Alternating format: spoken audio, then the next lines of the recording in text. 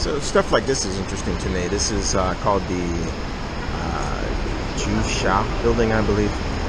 One of my students, former students, Lisa sent me a message and said this was a pretty cool building to check out. I like these types of things. So if you have suggestions like this, feel free to send them to me and you will see your suggestions in future videos if they're interesting ideas. So this is one of these types of old Hong Kong buildings where people are kind of crammed in, living together like rats. And the insides of these are what look really interesting to show just how jam-packed and crowded they are. The most famous one of these was the Kowloon walled city, which has since been destroyed and rebuilt. But let's check out this one, see if there's anything interesting inside. Well, pretty interesting building. This is what it looks like on the inside. You'd actually be surprised. You look at the exterior of this building and in this area, and you would think it's like a slum, but actually there are a ton of nice restaurants and shops and everything underground right now, like in the basement of this building. So yeah, looks can be deceiving. Don't judge a book by its cover. Well, how cool is this? In one of the world's most densely populated cities, you can take a quick subway ride, hop on a bike, and there's just miles and miles of bike trails through the mountains and hiking that you can go on. So yeah, I've become very impressed with Hong Kong.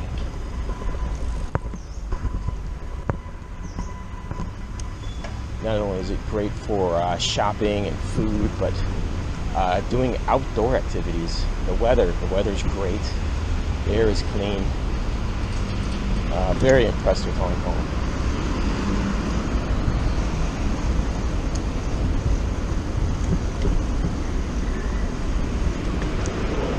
I've been to a lot of the world's major cities.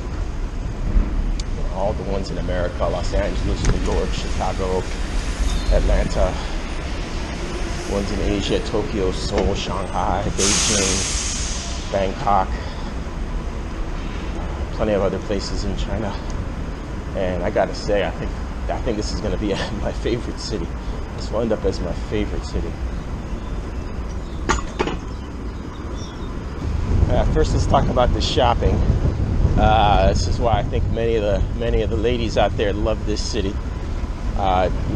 World-class shopping. You got all the major brands, designer brands, high-end labels in some incredibly fancy shopping malls in the central Hong Kong Island area. There's a lot of money in that area, so pretty much any big name, brand name that you can think of is there. And then if you are looking for bargains, there's all kinds of other specialty street markets dedicated to either computers, cell phones, sneakers, clothes, where you can find some really good deals on things. So you have the best of both worlds. Not to mention, Hong Kong is famous for custom tailoring suits. There's some really world-class tailors here in Hong Kong. You can get suits made for pretty cheap, custom-made suits.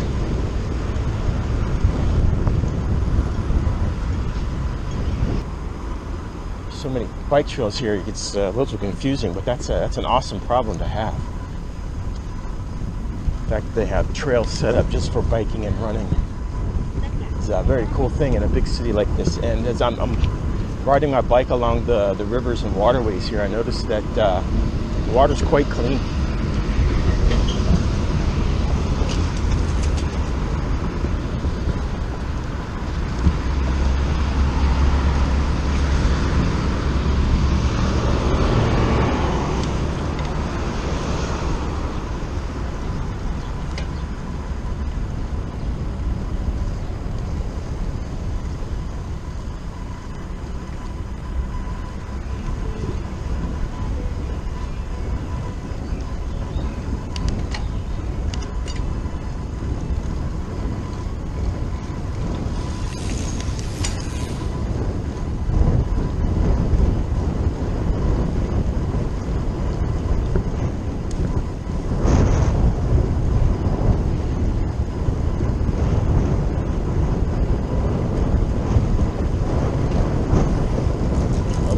food. Food's amazing. Well, Hong Kong dim sum I've always loved. And obviously you're going to be the best dim sum restaurants in the world here. Plus there's all kinds of other traditional Chinese food readily available, hot pot everywhere. But the great thing is there's also a ton of Western options. And there's a lot of places you can just stop on the street and get a slice of pizza just like you could in New York. And it's really good pizza. Sandwich shops, fish and chip shops. Just, it's nice to have lots of different choices of things to eat. It's one of the things I didn't really like too much about Japan is there didn't seem to be much variety. I can think of an idiom we use, a mile wide and an inch deep. And that's kind of the way Japan felt to me. I know whether I was in Southwest Tokyo or Northeast Tokyo, it would just seem like, you know, the same setup. Ramen shops, sushi shops. Ramen shops had the same 9 choices of noodles. Miso. Didn't really feel like there's a lot of depth there. I mean, obviously Japanese culture is very complex, but just as a traveler, it felt like a mile wide and an inch deep.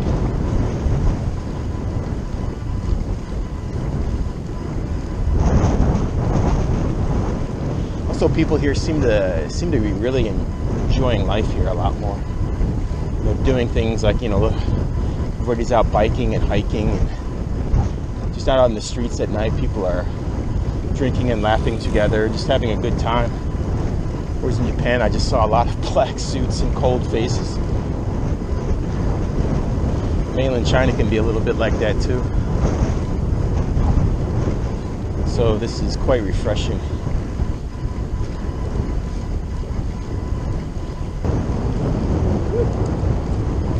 So yeah, if you visit Hong Kong and you feel like taking a bike ride, I highly recommend it. The bike trails here are amazing.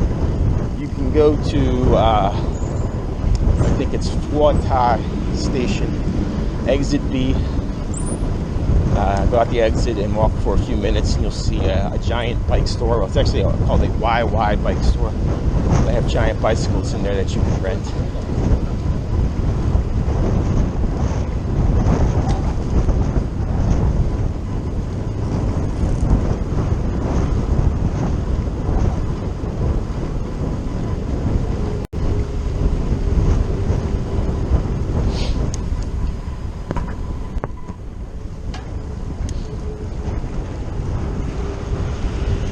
So the Trump inauguration was last night.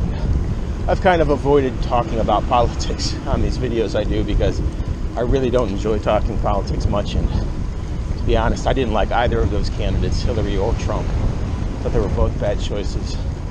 But I will say one thing about seeing Trump get inaugurated. It felt a lot to me like one of those time travel movies that are popular in America, which actually you won't see them in China. They've been banned. You can have no time travel in Chinese movies and TV shows. But it seemed like one of those American time travel movies where the guy goes into the future and picks up a newspaper and sees, like, you know, the crazy news, things that you never would have expected to happening, like Cubs win World Series and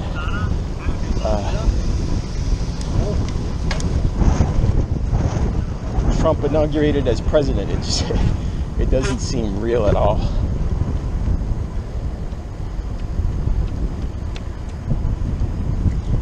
It's pretty hard to believe, really. But I remember when Obama was elected, I was working with a bunch of staunch Republicans. I was kind of irritated that they just wouldn't give him any kind of a break, any kind of chance.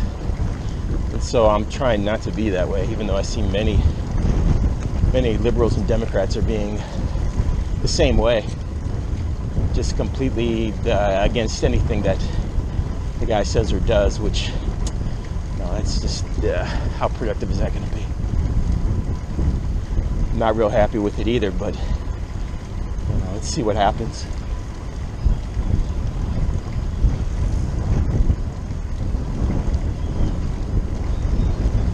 I can't believe how much awesome nature there is in the I believe this is the most densely populated city in the world, and there's tons of nature.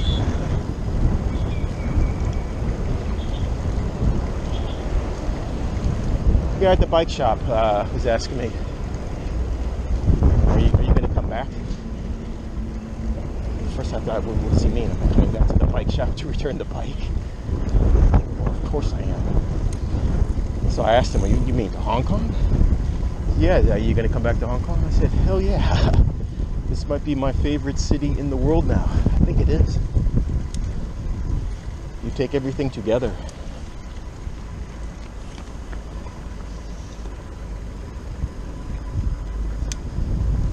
I can't think of a city that offers more things.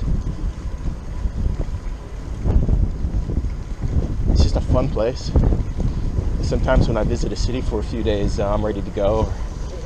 I don't feel bad about leaving. Even though Tokyo is so huge and so much to explore, I know it's time to go. I was like, okay. This 4 days in Hong Kong has just flown by. I don't really want to go yet. I would love to spend a few more days here.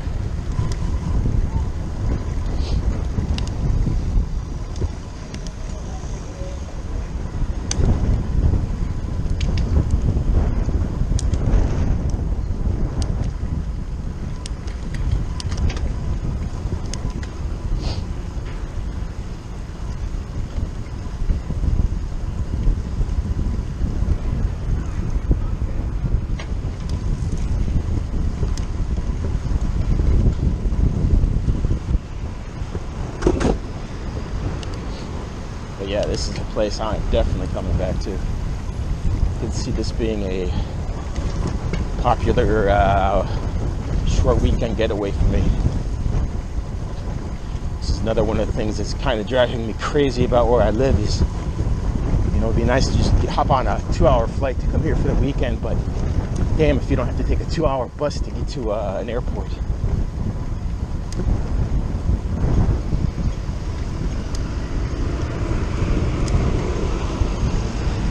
Oh, and as a guy that has traveled to all the world cities, you know, I think all men do this. We kind of take note of the women in the city. And, you know, there's been debates online, like, where are the most beautiful women in China, Chongqing or Chengdu or, you know, Suzhou, Shanghai.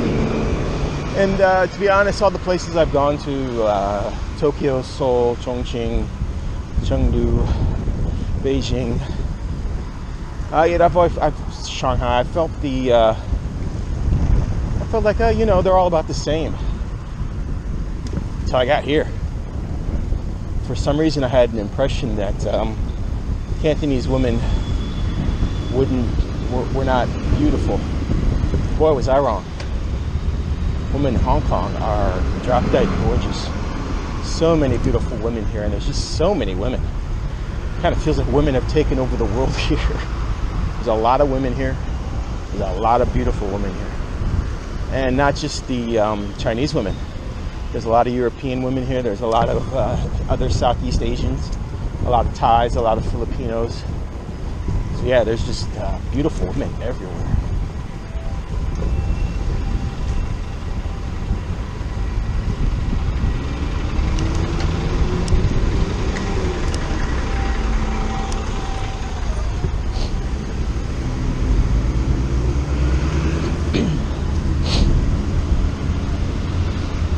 The only bad thing I would say, the only criticism I have is that it's always just crowded. You know, in other places I've gone to, it's you know, you don't have too much trouble finding a place to sit on the subway. Here, no, forget it. I think I've always had to stand on the subway. They're always crowded. There aren't enough subway cars. The subway system is very easy, very convenient. And for that reason, I'd rank it pretty high. But the subways, they're a little slow. They need more cars. In Japan, you didn't have to wait hardly at all to get on the subway. And there were so many cars going constantly that they weren't too crowded unless it was rush hour. And of course, that was crazy. I got stuck in a Tokyo rush hour and got jammed in like a sardine, and I would never do that again.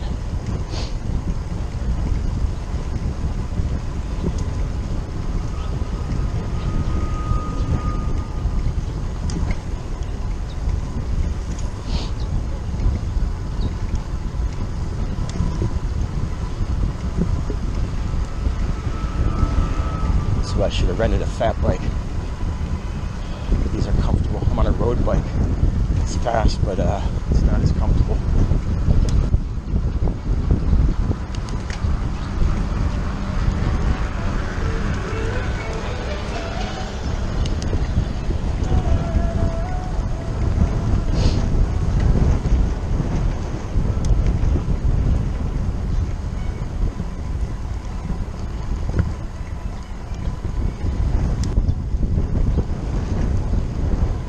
No idea what that dude's doing.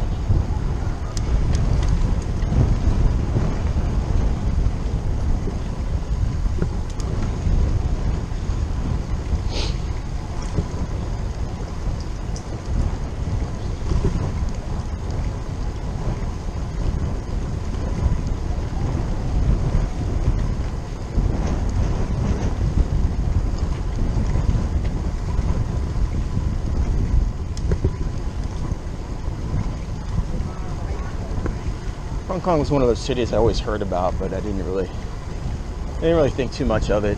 All the foreigners seem to like it,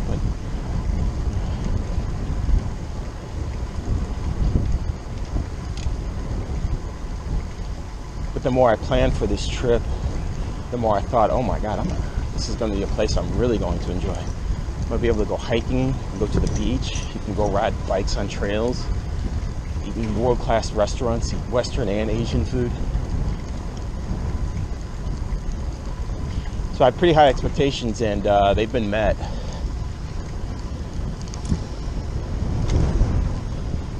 I can easily say this is probably my favorite city in the world that I've visited so far.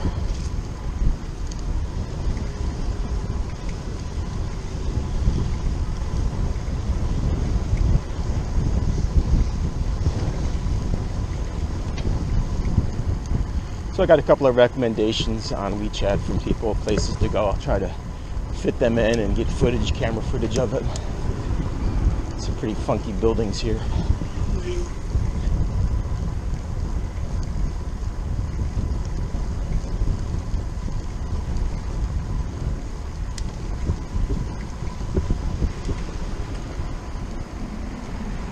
Susan was asking why just Tokyo? Why not go to, there's so many great cities in Japan, why not just go to them all? Well, I didn't want to turn this into a Japan vacation. Mainly because of the weather. I've been sick of freezing my ass off all winter. I ride my bike, or bike or e-bike, over 30 minutes to get to work. And where I live, it is cold and it's often rainy. It's like a light drizzle rain there all the time. And I'm sick of the cold. So yeah, 4 days in Tokyo was enough for me. I'm not going to do like a 2-week, 3-week Japan thing in winter. No way.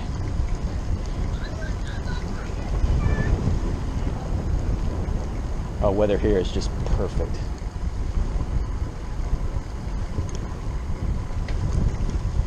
But these people really got the life. But the city's so damn expensive to live in and so crowded. Again, the only really bad things.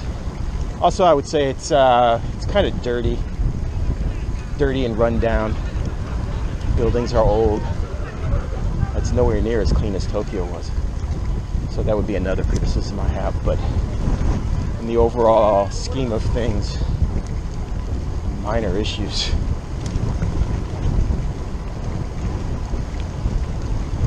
Everything else here is so damn fantastic that I can put up with those little problems. Not little problems, but they don't seem so big when there's so many other positives to balance them out.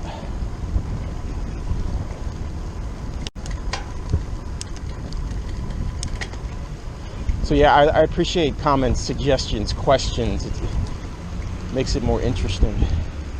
for me. It gives me things to talk about.